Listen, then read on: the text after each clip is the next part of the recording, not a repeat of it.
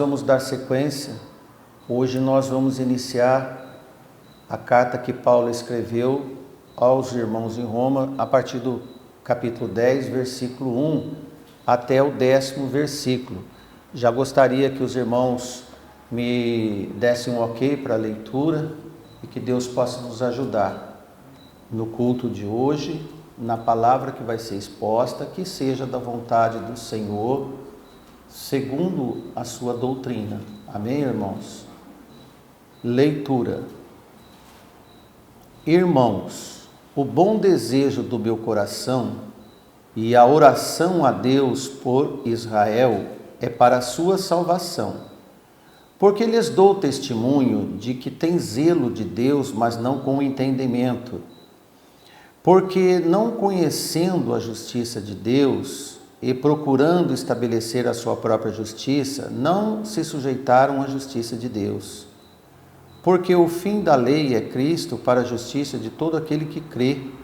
Ora, Moisés descreve a justiça que é pela lei, dizendo: o homem que fizer estas coisas viverá por elas.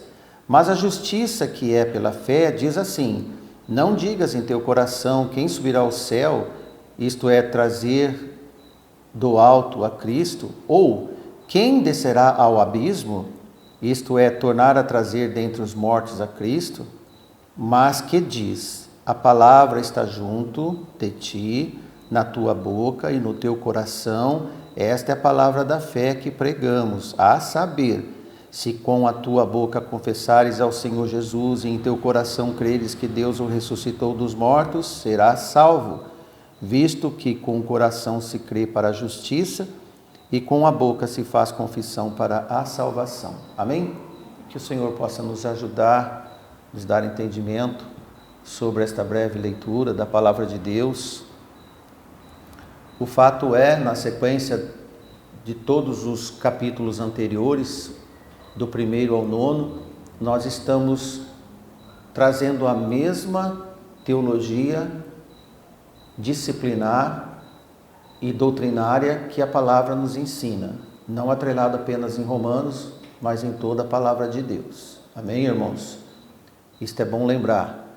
Nós vemos que o apóstolo Paulo, depois que ele enquadra os judeus, irmãos carnais, como povo escolhido a dedo, isto é, na maior parte do capítulo 9, agora ele se dirige aos irmãos da igreja de Roma, manifestando o seu querer pela segunda vez, isto é, novamente, como ele já havia feito e demonstrado no início do capítulo 9, quando ele propôs ser o anátema de Cristo. Não sei se os irmãos lembram. Logo neste primeiro versículo, Paulo deixa bem claro o seu querer. E ele diz: o bom desejo do meu coração e a oração a Deus por Israel é para a sua salvação, sem segredos. Amém? Ele também informa que restou mais responsabilidades dos privilegiados sem arrependimento, pereceriam como ocorreu com seus pais no deserto. Foi o que Judas, na sua pequena e breve carta, escreveu. Logo mais leremos. Então Paulo retorna ao tom da conversa do início do capítulo 9, onde ele desejava que os seus irmãos judeus, na carne, conterrâneos e sem Cristo, fossem salvos, e que se dependesse dele, ele toparia ser anátema, isto no capítulo 9, versículo 3, como eu já disse para os irmãos no início do capítulo 9. E ele diz de ser o anátema, isto é, separado ou devorado até a morte, nas melhores das interpretações nesse sentido que Paulo diz sobre essa palavra anátema. E ele diz: eu desejo ser anátema de Cristo por amor de meus irmãos, que são meus parentes segundo a carne. Ele desejaria fazer qualquer coisa, inclusive ele ser separado, excluído, e também que ocorresse qualquer coisa que fosse na vida dele, para que chegasse a salvação aos seus irmãos. Então esse desejo ardente e a oração do apóstolo é que havia um abismo entre eles, do que Paulo pregava e do que eles criam. E ele esperava que pudesse haver algum meio para transpor este abismo para que conseguir a salvação dos seus irmãos. É interessante ver Paulo expressar a mesma dor e tristeza contínua no seu coração. É um reflexo do que todos nós deveríamos ter pelos nossos filhos, parentes, amigos mais próximos que ainda estão rebeldes no Evangelho. Mas o que me parece, irmãos, que alguns optam pelo conformismo, pelo casuísmo, a isto é si mesmo, e também pelo determinismo, da vontade de Deus, não se importando com a dedicação, com as renúncias, com as entregas, súplicas, em favor aos que estão caminhando para o caminho da perdição. Nós não podemos ficar inaptos, inertes, sem fazer nada, ao menos orar e evangelizar e falar de Cristo por aqueles que estão na área de nossa influência. Ainda que o Senhor escreveu e Paulo reeditou os escritos, quando nós vemos no versículo 13 do capítulo 9, como está escrito: amei a Jacó e odiei a Esaú. Nesta leitura que acabamos de ler, Paulo cita, na verdade, Malaquias 1, 2 e 3. Em um momento que Malaquias escrevia, a nação e os sacerdotes viviam numa profanação contínua, estavam arrogantes, estavam frios, afastados de Deus, não se importando com a pregação do profeta Malaquias, e isso ele descreve em todo o seu livro, as aberrações que eles faziam. Era assim uma questão repugnante que estava acontecendo. A nação amada fez uma declaração de desprezo a Deus, relatado por Malaquias. Malaquias diz assim: por isso disse o Senhor, eu vos tenho amado. E eles respondiam: em quem tem nos amado? Tipo assim, nós não vemos nada do amor de Deus nas nossas vidas. Não me parece estranho, irmãos, essas declarações de Malaquias entre nós também. Nós vemos pais que insistem em ambientar com os filhos, mundanos e rebeldes em pecados, e dizem: que estranho amor quando alguém vem e nos corrige, fala a verdade, por exemplo, na igreja. Parece que nada que eu faço está certo, e os meus pais concordam com o que eu faço, mas eu chego na igreja e ouço outras coisas. Então, há uma dissimulação, uma concordância, uma complacência com o pecado dentro dos lares, nas famílias, numa comparação que Malaquias estava pregando. Mas Deus não deixou de nos amar. Mas aqueles que são amados estão perguntando: no que Deus tem me amado? Interessante que logo em diante, no capítulo 9, Paulo cita Oséias e Isaías também, como nós lemos na última leitura nossa.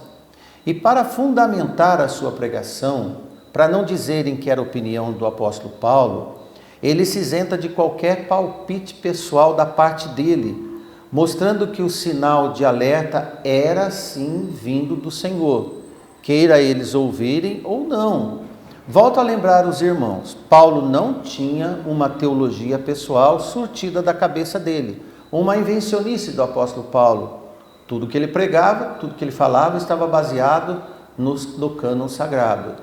Observe que Isaías, pareado com os outros profetas, Oséias e Malaquias, no capítulo 14, versículo 1, olha o que Isaías escreve: porque o Senhor se compadecerá de Jacó. Ora, nós já vimos Oséias dizer isso, e nós já vimos Paulo reescrever isso, e ele continua, o profeta: e ainda escolherá a Israel, e os porá na sua própria terra, e ajuntar-se-ão com eles os estrangeiros, e se achegarão à casa de Jacó. Isto é, tanto os de Israel, quanto o mundo, os estrangeiros, os gentios, todos eles vão convergir à casa de Jacó. ao povo escolhido, amado por Deus. Meus irmãos, eu até sei que essas palavras que estamos falando causam certo constrangimento, o que estamos e vamos comentar, mas por amor da causa de Deus, sempre, o pregador ele tem que preferir agradar a Deus, porque quando submetemos as riquezas das informações da palavra de Deus e no Espírito do Senhor, refutaremos de vez qualquer doutrina que seja, inclusive dos reformadores. Aliás, uma boa pergunta o irmão me disse esses dias: reformar o quê, se Deus não fez nada para ser reformado?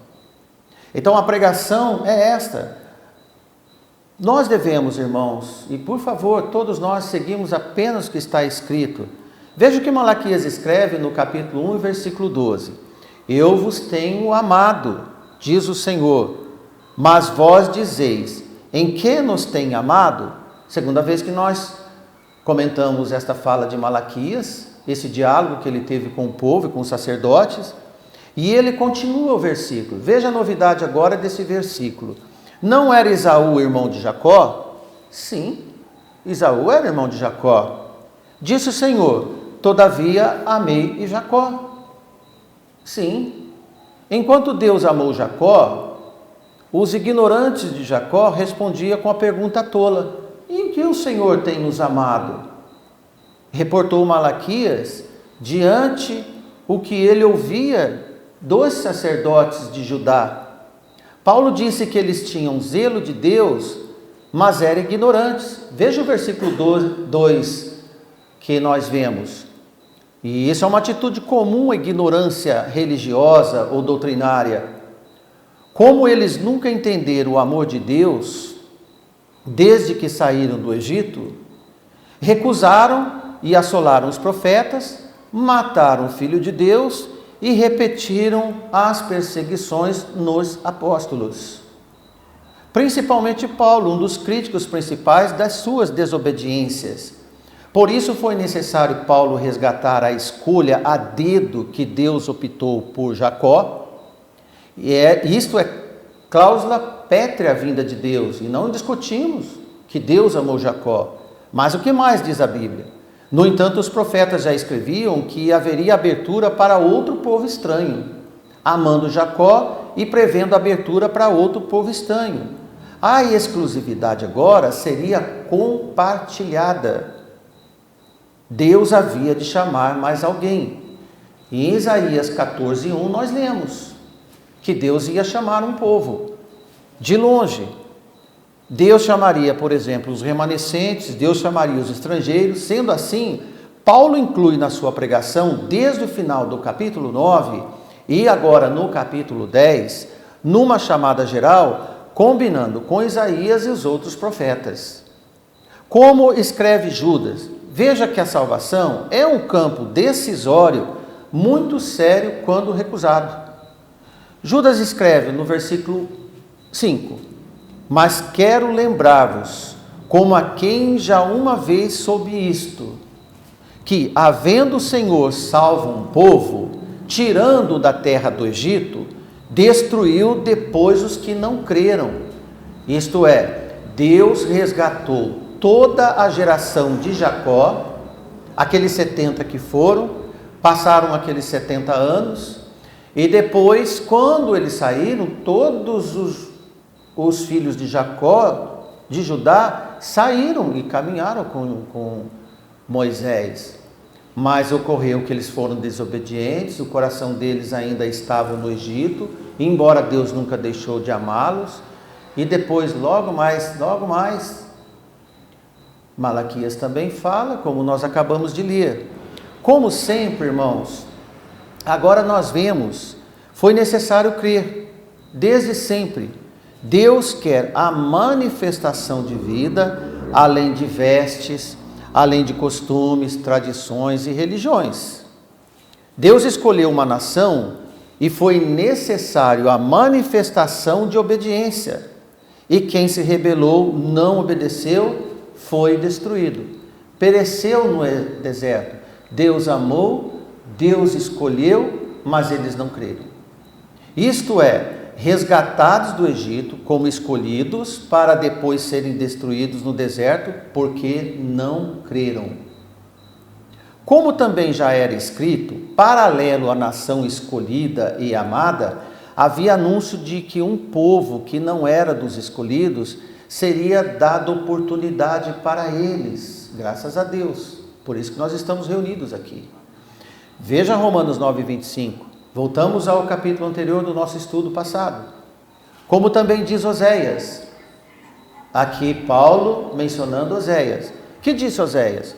Chamarei meu povo ao quem não era meu povo, e amada quem não era minha amada. Olha, Deus não amou Esaú. Deus não amou os gentios quando disse que amava Jacó. Mas agora Paulo diz uma informação a mais. Não que Deus deixou de amar Jacó, mas que Deus abriu o seu amor a quem ele ainda não havia citado.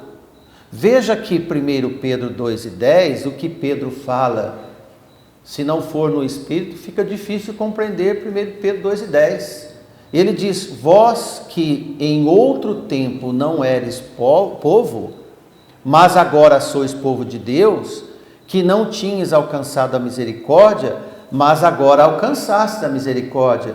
Claramente, Paulo estava tratando de nós, os gentios. Inclusive, nos Salmos, lemos um decreto de Deus.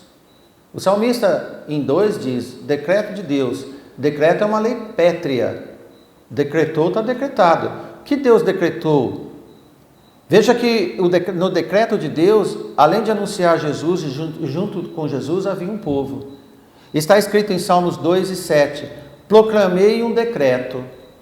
O Senhor me disse, tu és meu filho e hoje te gerei. Falava de Jesus. E o que o Senhor fala? Pede-me e eu te darei os gentios por herança e os fins da terra por tua possessão. Completou, irmãos, não falta mais ninguém. O Pai dizendo para Jesus, pede um povo que eu te dou. Aliás, te dou todo o povo dos confins da terra. Como Deus amou e compadeceu de Judá, como nós já lemos exaustivamente, não só em Romanos 9, finzinho de 8, mas também nos profetas, sem guardar segredo e objeção alguma, ainda escolherá a Israel, e os remanescentes de Israel ajuntarão com os estrangeiros gentios, e os fins da terra, e todos se chegarão à casa de Jacó. Então, o que era só Jacó, agora todos chegam em Jacó. Fecha o círculo universal da chamada geral de Deus. Entre todas essas nações e povos, também estão os odiados de Esaú, também vindos à reunião na casa de Jacó. Jesus, irmãos, é o causador desta heterogeneidade de povos e nações reunidos em torno dele, apenas os que creem. Jesus quebrou todos os paradigmas dos homens, seja qual povo que for. Todos os cativos dos assírios, da Babilônia, da Pérsia, de Roma, todos os impérios que Daniel aponta serão convocados também para conhecer a liberdade em Cristo Jesus, o Salvador do mundo. A oportunidade da libertação de todos os judeus do Egito através do homem de Deus Moisés prefigurou Jesus libertando todos os homens do jugo de Satanás para todo aquele que crê. Para aqueles que creem. O Messias, na apresentação de Jesus, universaliza a salvação. O Messias que avançou nas fronteiras de Samaria e foi pregar para uma samaritana, que depois evangelizou toda a sua aldeia de Sicá, imprevisível, inadmissível para os judeus e também para os teólogos de hoje em dia. Dali para frente vieram os etíopes, a mulher cananeia, a de nacionalidade sírio-fenícia, o centurião romano e eu e você. E você, meu irmão, que está me ouvindo. Estamos incluídos no decreto de Deus, como lemos em Salmo 2, versículo 8. Pede-me e eu te darei os gentios por herança e os fins da terra por tua possessão. Enquanto no cercado da nação de Judá, os indivíduos judeus descrentes pereceram, ainda que Deus amou Jacó e odiou Esaú. Por isso, não entenda este ódio por nação como isenção total de oportunidades ao seu povo estranho. Isto é, fala de teólogo e não de Jesus. Não encontramos em nenhum lugar Jesus negando a salvação aos que creem, fazendo acepção de pessoas. Na verdade, Jesus é um calo nestas escolas teológicas. É impossível contradizer o Salvador, ainda que os teólogos famosos são bajulados e mais anunciados que os versículos do Evangelho do nosso Senhor Jesus Cristo. Atualmente as pessoas colocam mais frases dos teólogos à pregação do Evangelho, à salvação que Jesus proclamou. Muito estranho. Este amor é estranho. Este caminho é estranho. Observe que Paulo escreveu, Romanos 10:4, na nossa leitura. Porque o fim da lei é Cristo, para a justiça de todo aquele que crê. Sem dúvida, irmãos.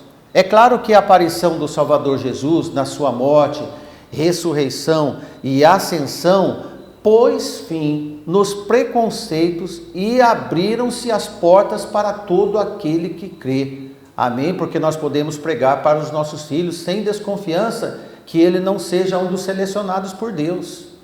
Esta barreira não existe na verdade, porque senão seríamos hipócritas em orar pelos nossos filhos e achar que apenas os da nossa família são eleitos. E o próximo, que nós temos que amar como a nós mesmos. Será que o amor de Deus é tão estranho assim, irmãos? Assim foi a voz de Deus na Galileia. No Sermão do Monte e no contexto de todos os evangelhos, derrubando as fortalezas, Jesus fez a justiça que os homens demoram para aceitarem. O fato é, a salvação é apenas aos que creem. Estes são devidamente os eleitos de Deus. E Paulo escreve, a justiça que é pela fé diz assim, não digas em teu coração, quem subirá ao céu? É uma pergunta. Isto é, trazer do alto a Cristo. Romanos 10:6. Se Moisés escreveu a justiça pela lei, aqui a justiça é personificada em quem subiu ao céu e quem desceu ao abismo. Quem? Isto é, Jesus. Na citação do versículo 6, está em Deuteronômio 30. Não está escrito em Deuteronômio 30 e 14, isto é, trazer do alto a Cristo. Por isso que na sua Bíblia está entre parênteses. Isso foi Paulo que escreveu. Mas Paulo escreve que Jesus viria e voltaria ao céu. E Moisés escreve em Deuteronômio 30 e 14. Vamos ler. Mas que diz? A palavra está junto de ti, na tua boca e no teu coração, esta palavra de fé que pregamos. Confere com Deuteronômio 30 e 14. Graças a Deus que Jesus é o causador desses embates. Apenas nele, praticamente a justiça dele. E assistiremos com alegria os milagres da salvação que ultrapassam as barreiras dos judeus e dos homens religiosos de hoje, que pensam teimosamente como os judeus, como um grupo seleto. É estranho, mas em plena era da graça de Deus, ainda há barreiras de anunciar a salvação. Observe que, quanto à salvação da mulher sírio-fenícia, aquela mulher cananeia, veja o que aconteceu. Porque se alguém ficou na torcida oculta dela ser de fato barrada por não ser eleita e amada, pensamento dos judeus, e espero que nenhum dos gentios pensam assim, quando Jesus disse para a mulher cananeia que não tinha vindo para o seu povo, isto é, para os estrangeiros, descendentes de Esaú, e quem pensou assim, se enganou. Porque Jesus tinha dito em Mateus 15, 24, aliás, e ele respondendo disse, olha o que Jesus disse para essa mulher, com uma certa agressividade até, eu não fui enviado senão as ovelhas perdidas da casa de Israel. Jesus disse. E isso está nos contextos que nós lemos de Oséias, de Malaquias, de Isaías. Mas, irmão, aconteceu algo surpreendente com aquela mulher, que inclusive os discípulos de Jesus não esperavam, assim como nunca muitos não esperam no dia de hoje. As migalhas que salvou aquela mulher foi a farta fé que ela tinha, que os de Judá não tinham. Podemos crer que a fé que remove montanhas pode também remover algumas certezas que muitos têm sobre a salvação dos homens. Certamente teremos muitas surpresas quando Cristo, na sua justiça, voltar a apresentar a todo olho os verdadeiros adoradores. Dentre as nações de todo o mundo, haverá os indivíduos a salvos e os indivíduos à destruição, não só de Jacó, mas também dos estrangeiros, dos gentios e de Esaú. Exatamente como aconteceu com os resgatados da servidão de Faraó para serem destruídos no deserto, como nós lemos em Judas 1 e 5. Deus resgatou Jacó da opressão do Egito, mas na caminhada mostraram que o coração ainda permanecia no Egito. Pereceram no deserto por 40 anos, para que outra geração entrasse. Não pense, meu irmão, minha irmã, você que está presente e você que está nos ouvindo, que o que aconteceu com Jacó no deserto também não pode acontecer com quem é membro de igreja. A verdade é que a salvação compete ao Senhor e para aqueles que creem e permanecem firmes até o fim. Esses, na verdade, são salvos. Então, quando Paulo escreve logo nos primeiros versículos que nós lemos, irmãos, o bom desejo do meu coração e a oração a Deus por Israel é para a sua salvação. Porque lhes dou testemunho de que tem zelo de Deus, mas não com entendimento, porquanto não conhecendo a justiça de Deus e procurando estabelecer a sua própria justiça, não se sujeitaram à justiça de Deus. Até aqui na segunda leitura que nós fizemos do início. Diante dessa dedicatória de zelo e amor de Paulo, na verdade ele está novamente, eu digo, reeditando que se aprontou para ser o censurado de Cristo, isto é, o anátema, pelos seus irmãos. Paulo sentia-se ainda mais dolorido, mais triste continuamente por ver neles uma sinceridade zelosa de Deus. Os errados também têm zelo, são zelosos, tão pertinhos de Deus, tão escolhidos de Deus, mas longe da graça de Deus, a graça salvadora. Devemos entender que nada está acima do poder de Deus através de Jesus Cristo. Amém, meus irmãos? Ainda que nós já estivemos um dia na lista dos cachorrinhos, tendo fé, passa à frente de muita gente de sangue azul. E a Bíblia nos ensina. É comum pessoas zelosas e sinceras, religiosas, batalhando por implicâncias que não satisfazem a Deus. O desconhecimento de Deus não permite chegar e abrir coração. É como querer ir para algum lugar sem mapa e sem guia. Certamente ficará perdido. Como ir à casa do Pai sem o mapa do caminho? Pois Jesus é o único guia fiel. Jesus é o caminho certo que leva a Deus. Impossível para os judeus entenderem. Então Paulo apenas tem bom desejo de ofertar-se para eles. Veja, irmãos, o que Paulo propôs em nome de seus irmãos, Jesus fez por mim e por você. Fez pela sua igreja, nestes confins de mundo que nascemos. Podemos dizer, todos nós aqui estamos enquadrados no que Isaías disse, 14:1, e em outras escrituras. Jesus mesmo disse.